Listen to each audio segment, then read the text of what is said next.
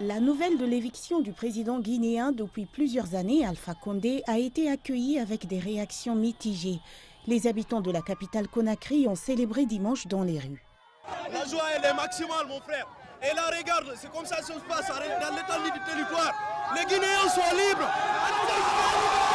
C'est la victoire de la jeunesse guinéenne en général. Vraiment nous sommes très contents.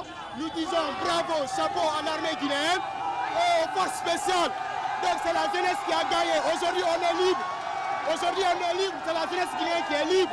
Dans un tweet, le chef de l'ONU, Antonio Guterres, a condamné l'apparent coup d'État en Guinée et a appelé à la libération immédiate du président déchu Alpha Condé.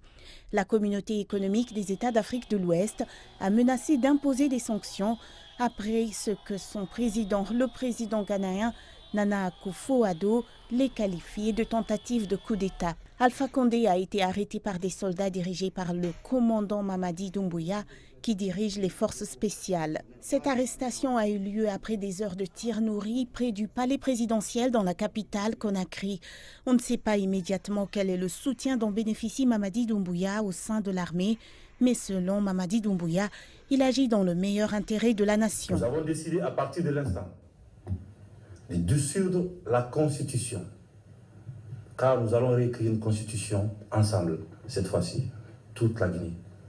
Nous allons nous rassembler, les 4 régions, la diaspora, les Guinéens de l'étranger, tous ensemble ici. Nous allons mener une concertation inclusive pour décider de l'avenir de ce pays. La personnalisation de la politique. Le lieu de détention de Alpha Condé n'est pas clair, bien que l'armée ait assuré qu'il a accès à un médecin et qu'il est sain et sauf. L'armée a annoncé un couvre-feu dans tout le pays et a ordonné aux ministres sortants et aux anciens présidents d'institutions de participer à une réunion au Parlement à 11h, heure locale. Tout refus de se présenter sera considéré comme une rébellion contre le CNRD.